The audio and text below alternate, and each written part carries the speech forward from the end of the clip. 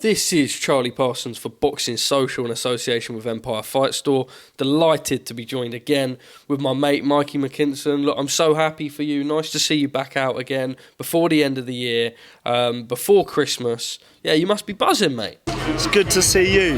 You're a superstar nowadays. You are a superstar. But it feels good to be out again. This is the first time in over 5 years, no, the closest in over 5 years I've fought to home. So this is my homecoming. I'm really excited.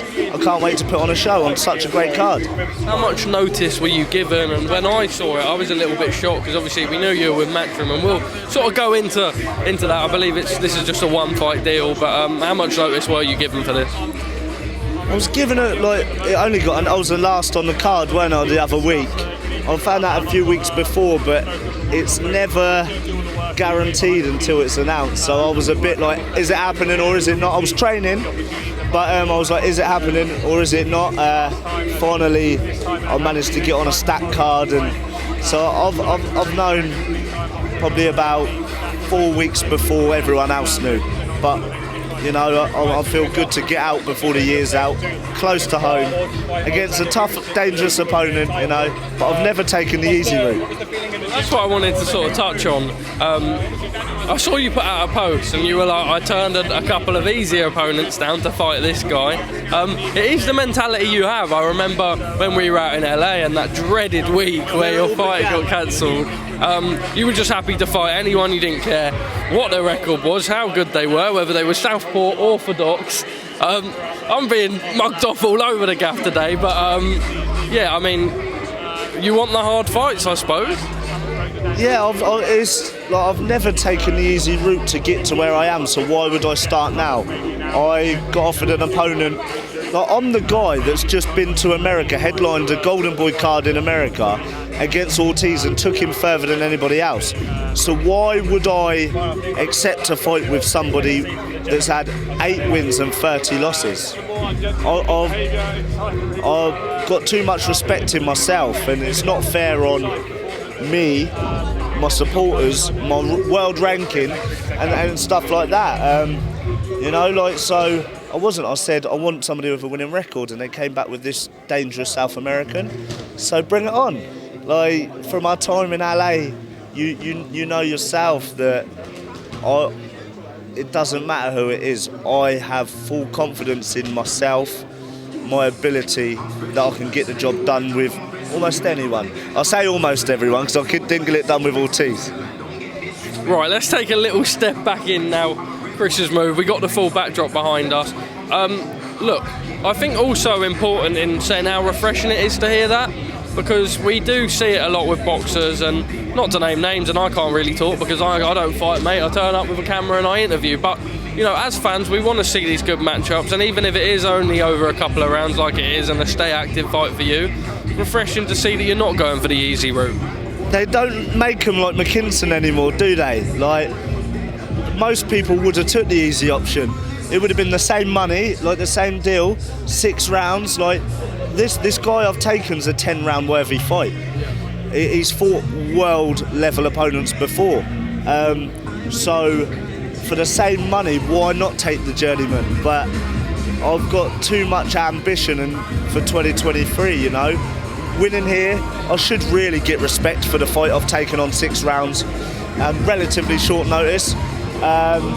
Probably won't, because I'll never really get the respect I deserve, but you know, I'll prove to people once again who I am, keep people talking about me, and I'll be back on the scene again. Well, Mikey, what is the future for you? Because obviously you are one of the best in the division in the country. You would say the best. I would probably agree with you, but I have to be impartial for the sake of the camera. I suppose, obviously, you had your deal with Matchroom. I sort of sent you a message, what's going on here? You said your deal's up. This is one fight, I believe. Have you had talks about the future? You know, will it be boxer? Will it be Matchroom? Or are you just sort of... I think just because I'm a fighter on the South Coast that was pushing, I want to fight before the year's out, I'll live literally 50 minutes down the road, so it made sense. Great for the South Coast to get me on this card as well, but I've had no talks whatsoever. For me, it's get the win before the year's out. I had a really good year. I earned real good money. I've had a really good year, but I didn't want to end, like, I don't have to fight for ages, you know, but I didn't want to end the year on my hands and knees, struggling to get up against Ortiz, you know. So I'm very thankful to Boxer to get me on the card, because they didn't need to. And I'm excited for it. Like 2023, like for me now, it's just get a win, making a statement in style, and then 2023 we can set a plan. Because there's lots of big opportunities out there for me. Loads of opportunities. Now that I've been to the States twice, and like you say, I'm one of the best. Like everyone knows, I am UK's #1, and so I sit at the top domestically. There are still good fights domestically if it makes sense, but you know, I know my worth now. Like obviously, Congo signed to Boxer. I can beat him up again if the money's right, you know. But there's also opportunities out in the States for me, like with the Alexis Rocha and Blair Cobbs. But for me, I have to win. Not only win, look good doing it. And so that's why all my focus is on the weekend, because I haven't taken an easy fight. I've taken a dangerous, risky fight, but I'm all about risk. I've taken risks my whole career, and look where it's brought me. Look where it's took me. So, yeah, all focus is on Saturday, and then we'll do an interview afterwards. And then we'll have a more spicy interview. I like that. I've got to ask you, we've seen news sort of come out, well, not news as such, but statements from the other welterweight, Mr. Conor Benn.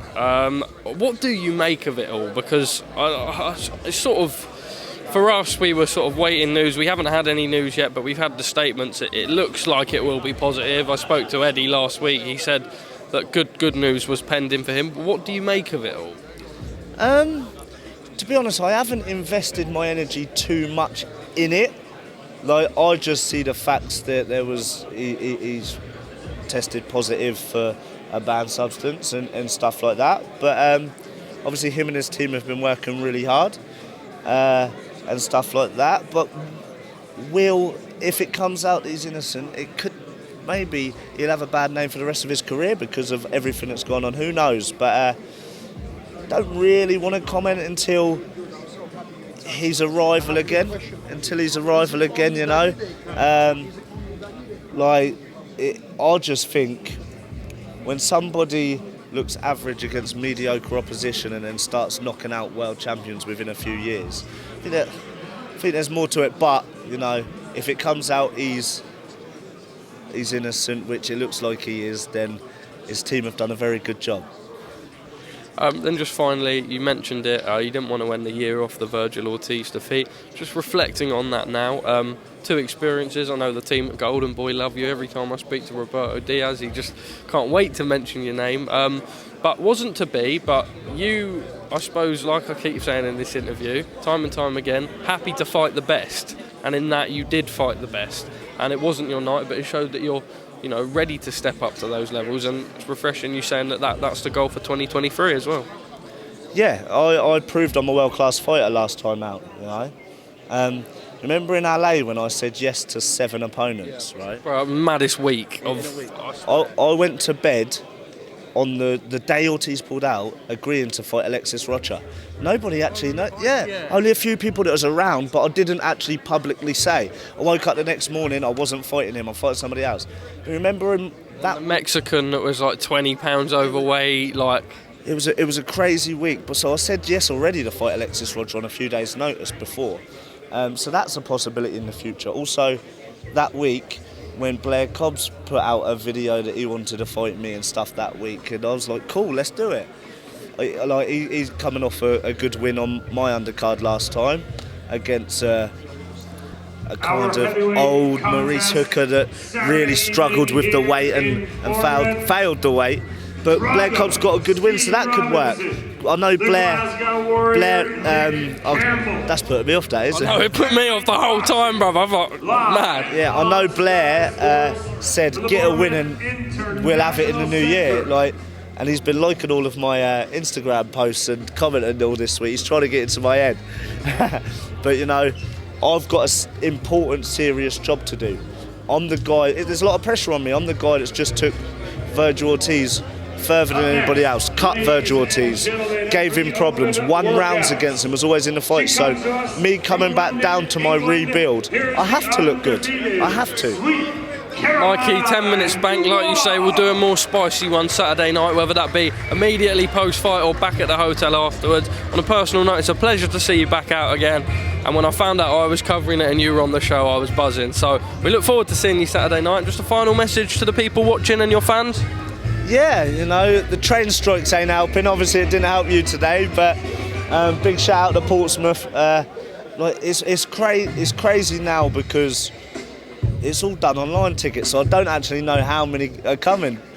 5 people could come for all I know the weekend, but you know, I do represent Portsmouth very proudly. In America last time, now I get to do it close to home. So, and I'll do it on Saturday, and I'll make everyone proud yet again. Top man, thank you very much for your time.